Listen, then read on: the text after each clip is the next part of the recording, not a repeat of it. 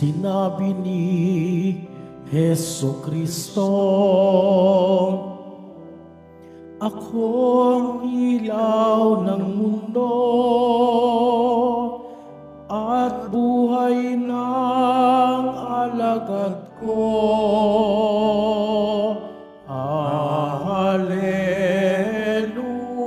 Hallelujah, Hallelujah, Hallelujah, Hallelujah.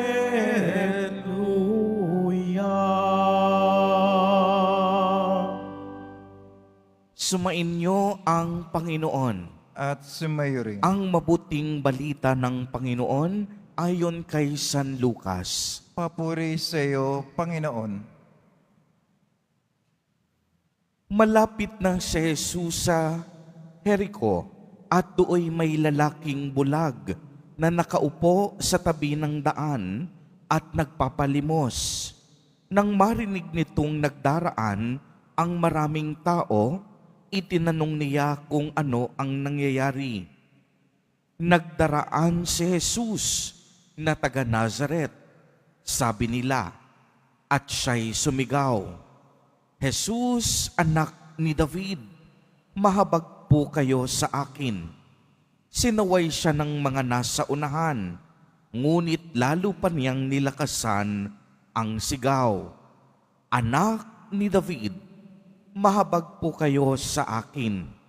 Kaya't tumigil si Jesus at iniutos na dalhin sa kanya ang bulag. Inilapit nga ito at tinanong ni Jesus, Ano ang ibig mong gawin ko sa iyo? Panginoon, ibig ko po sana'y manumbalik ang aking paningin. Sagot niya. At sinabi ni Jesus, Mangyari ang ibig mo. Pinagaling ka dahil sa iyong pananalig. Noon din, nakakita siya at sumunod kay Jesus at nagpasalamat sa Diyos. Nang makita ito ng mga tao, silang lahat ay nagpuri sa Diyos. Ang mabuting balita ng Panginoon. Pinupuri ka namin, Panginoong Jesucristo. Magsipo muna ang lahat. Magandang umaga po sa inyong lahat, mga kapatid kay Kristo. Sa lahat po ng ating mga taga-subaybay sa iba't ibang online platforms at sa lahat ng ating mga kadiboto sa iba't ibang panig ng Pilipinas at maging sa buong mundo kung saan tayo ay naaabot ngayon ng ating live streaming. Mapayapang umaga din po sa inyong lahat. Purihin at dakilain natin ang ating Panginoon, ang mahal na poong Jesus Nazareno. Mga kapatid kay Kristo at mga kadiboto, malugod po namin kayong tinatanggap sa Basilica Minor at Pambansang Dambana ni Jesus Nazareno. Tampok po sa ating ebanghelyo sa araw na ito ang pagpapagaling ni Jesus sa isang bulag. Bagamat hindi pinangalanan sa ebanghelyo ni San Lucas, ang magkatulad na kwento ay pinangalanan naman sa ebanghelyo ni San Marcos. At ang bulag na ito ay ang lalaking si Bartimeo. Kung babalikan natin ang pagbasa, sinabi dito na siya ay nagpapalimos noong nabalitaan niyang nagdaraan at paparating si Jesus. Siya'y sumigaw at humingi ng habag mula sa Diyos. Pero sa mga tao noon, dahil siya'y isang bulag, dahil siya'y nagpapalimos, wala siyang puwang upang pakinggan ni Jesus Nazareno. Ang mga kagaya nila, hindi karapat-dapat sapagkat Siya ay mahina, pabigat sa lipunan, at walang pwedeng maitulong o magawa.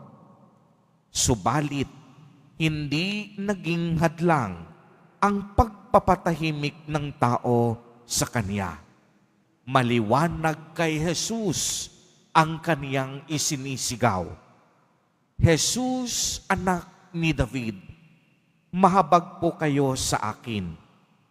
At ang Kaniyang makapangyarihang tinig ang pumukaw sa atensyon ni Jesus Nazareno.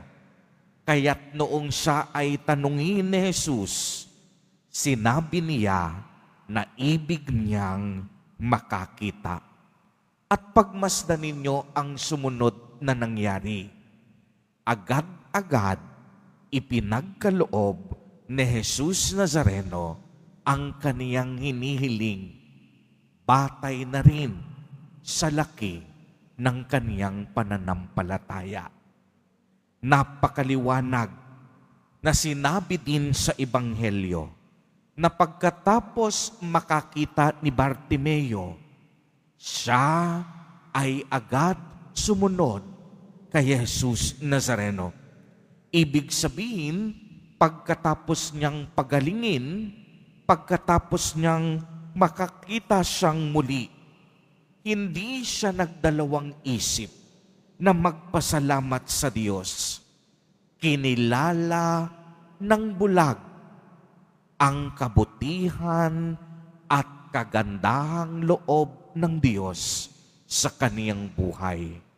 Minsang hindi na siya nakakita, ngunit muling nakakita dahil sa kaniyang pananalig kay Jesus. Ang biyaya ng liwanag, ang biyaya ng pagpapagaling, ang biyaya ng paghilom.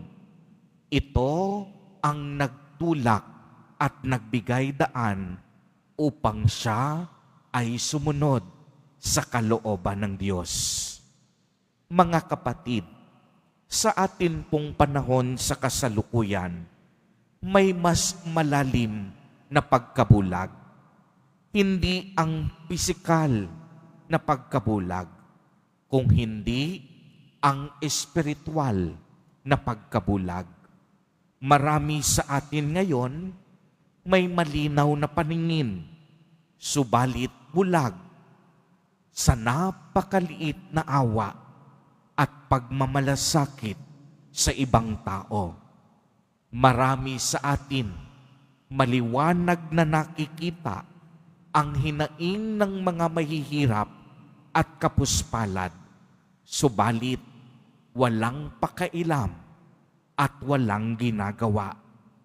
Marami sa atin palaging pinipili ang shortcut, yung mabilis na paraan para yumaman at makamit ang kapangyarihan.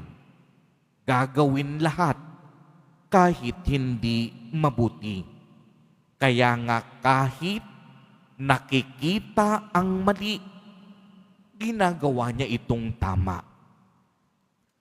Kailan kaya tayo magiging mulat at gising? Sana gamitin natin ang ating paningin upang maging daan sa paghilom at pagmamalasakit. Sana ang mga mata natin ang magsilbing daluyan ng puso upang ipagtanggol ang tama at mabuti. Sana ang ating tamang paningin ang magdala sa atin para sa mas malalim na pananampalataya at tunay na pagmamahal. Mga kapatid kay Kristo, sa pagpapatuloy po ng ating pagdiriwang ng banal na Eucharistia, naway iisa lamang ang ating sambitin. Jesus Nazareno, mahabag po kayo sa amin. Magliwanag nawa, hindi lang ang aming paningin, kung hindi magliwanag din ang aming mga puso sa landas ng kabutihan at kababaang loob. Amen. Purihin at dakilain natin ang ating Panginoon, ang mahal na poong Jesus Nazareno.